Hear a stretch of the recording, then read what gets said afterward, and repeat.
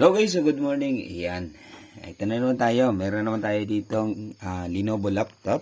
So this is Lenovo IdeaPad S145. Alright, ayan yung model niya.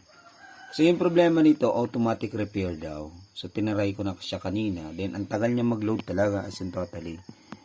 Then ito, try nating i-reset.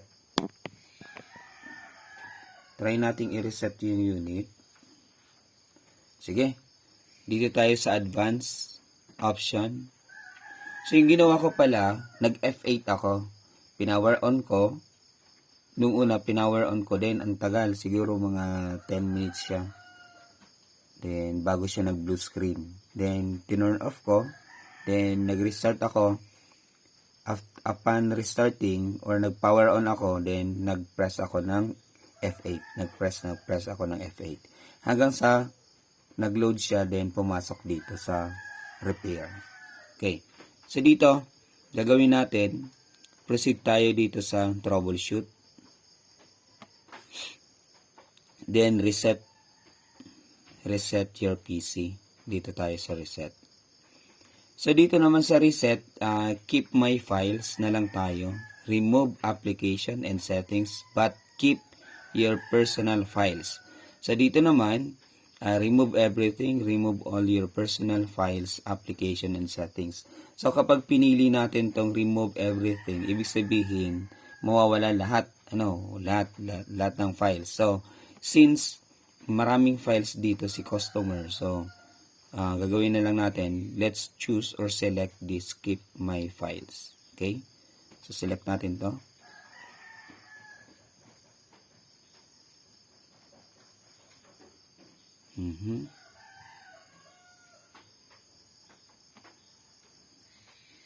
Medyo matagal talaga siya. Ganito lang. So, tips lang sa mga bumibili ng mga ganitong ito, sa una maganda siya. Yung mga Lenovo ganito, mabilis yan. Pero pag nag-update siya, nag-update. Si Windows kasi palagi nag-update. So, ang mangyayari niyan,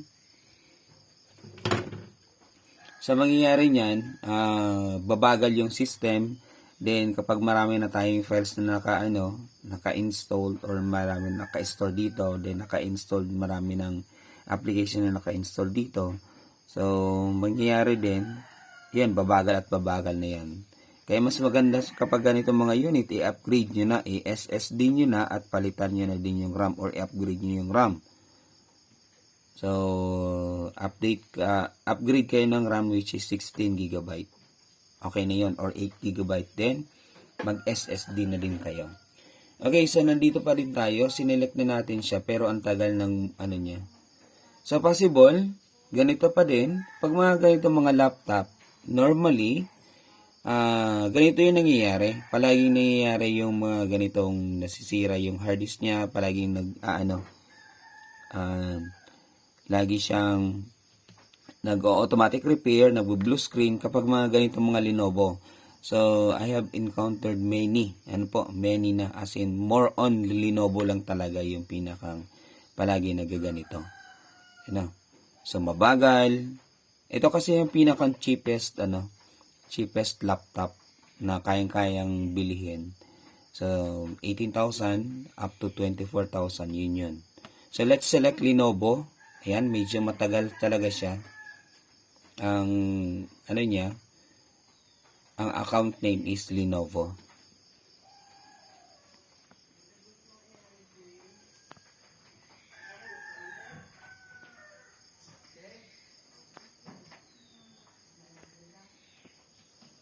Alright, yan. Pinalinaw lang natin ng kaunti.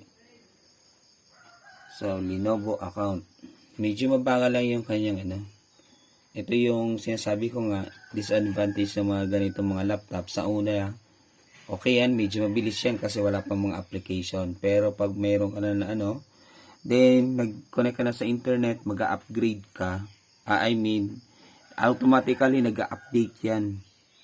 Alam niyo na si Windows, palagi yan may updates. Halos everyday may updates yan.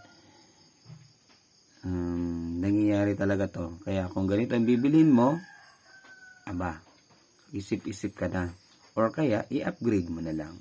Okay?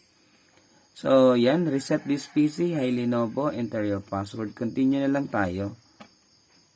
I don't know kung may password. So, tingnan na lang natin. So, parang wala namang password ito.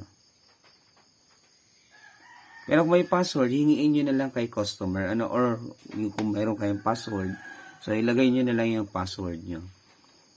So, dito kasi, yung boot manager niya, parang nawala or missing. Sabi doon, missing daw boot manager. So, yun yung nangyari. Kaya try natin i-reset. Paano ba nangyayari? Basta ito, common ito sa mga Lenovo laptop.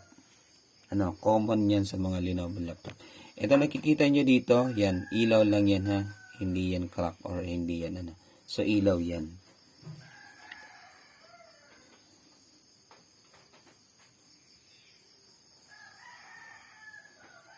Yan. So, magtsitsaga talaga kayo. Antayin nyo lang. Antayin lang natin. As in, medyo matagal-tagal ito. So, sana ma-solve natin yung problem.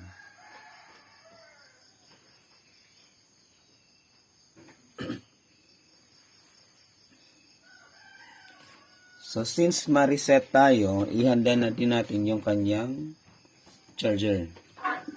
Okay.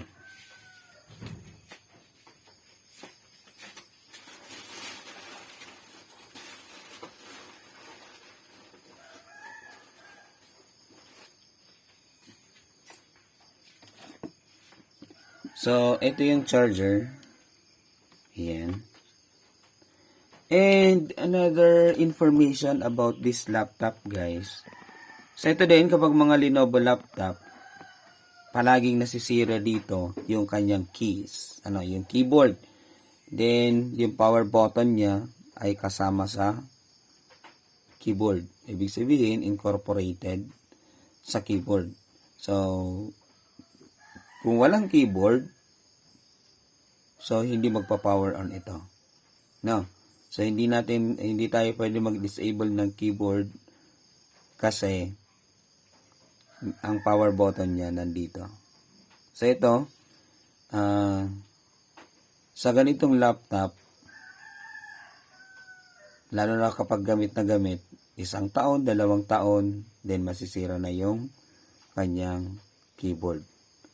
Especially kapag stock na stock, palagi yan nangyayari sa stock. Kapag stock yung kanyang unit, so, nagma-malfunction. Minsan, hindi na nagpa-power on. Mas mabilis kasing umiinit yung kanyang power button. Nasusunog ata or napuputol yun, kaya hindi na siya nag-on. Commonly, palagi nasisira yung mga ganitong keyboard ng Lenovo. Mostly, lagi kayo nai-encounter. Meron akong customer na sa 1 taon, 2 beses siya nagpapalit ng keyboard. Wala tayong magagawa kasi ganun yung design. Then, wala namang original na keyboard. So, bumibili lang tayo via online. So, ganun yung nangyayari. Ayan, medyo matagal. Okay, pause muna tayo. Alright guys, so ito. So, reset this PC. So, select tayo. Cloud download. Dapat nito nakakonect sa internet. Then, local reinstall. Reinstall Windows from this device. Ibig sabihin, so kung mayroon siyang recovery, so doon siya kukuha. So, mostly, kapag mga ganito mga laptop,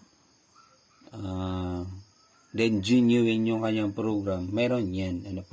May recovery console na tinatawag yan. So, select natin yung local reinstall.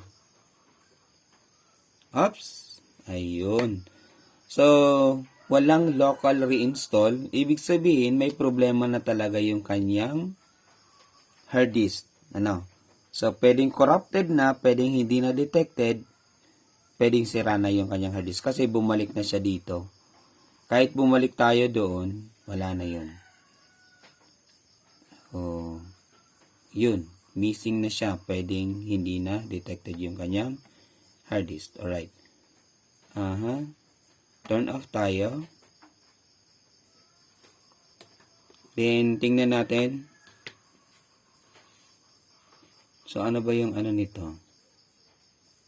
Power on, F to delete nga tayo. Ipasok tayo ng BIOS, okay. Yung BIOS niya, ito nakapasok na tayo. So, nag-F to delete lang tayo.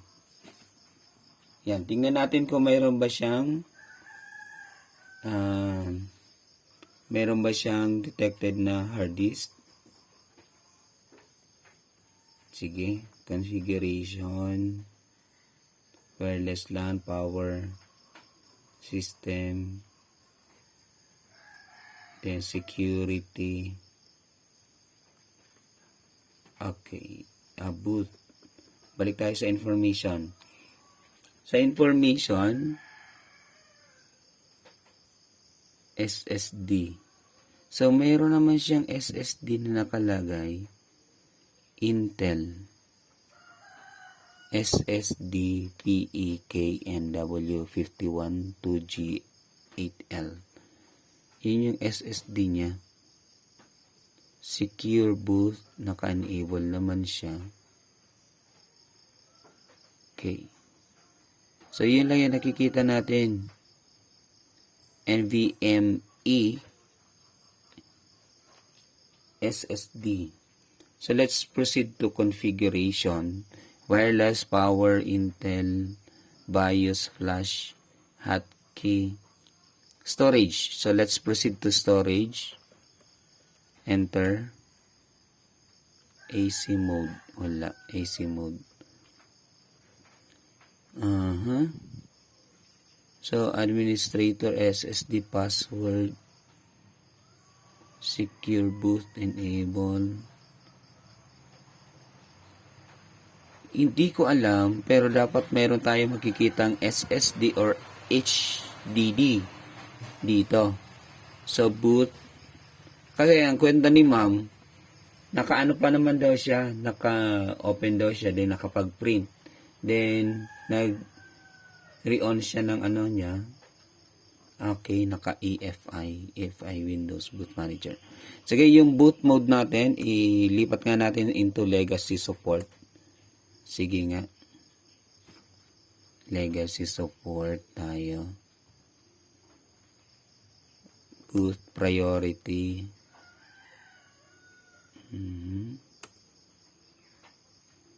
Then exit nga tayo. Exit saving changes. Discard. Okay, exit saving changes tayo. Yes. Try natin. Kasi naka UEFI ba? UEFI. So, try natin i-legacy.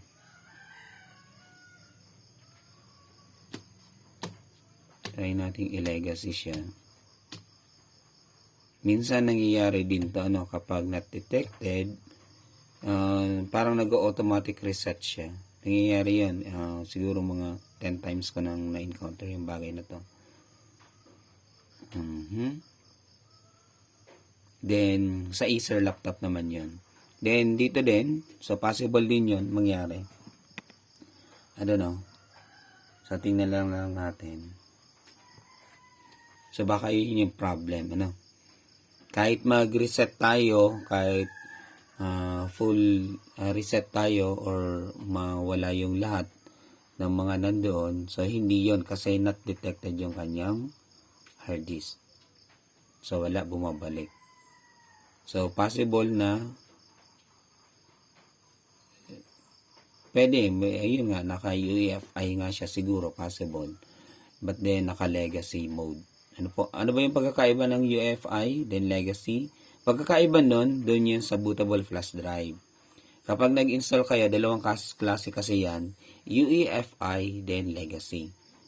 So, kung alin doon yung mapili nyo, alin doon yung available na na-download nyo na installer or Windows, then kung legacy ba to or UEFI, so yun. Ganun yun. Mas advanced yung UEFI, kumpara sa legacy. So yun. Alin ba yung mas magandang gamitin? Hindi ako masyadong sa installation, pero palagi kong ginagamit is legacy.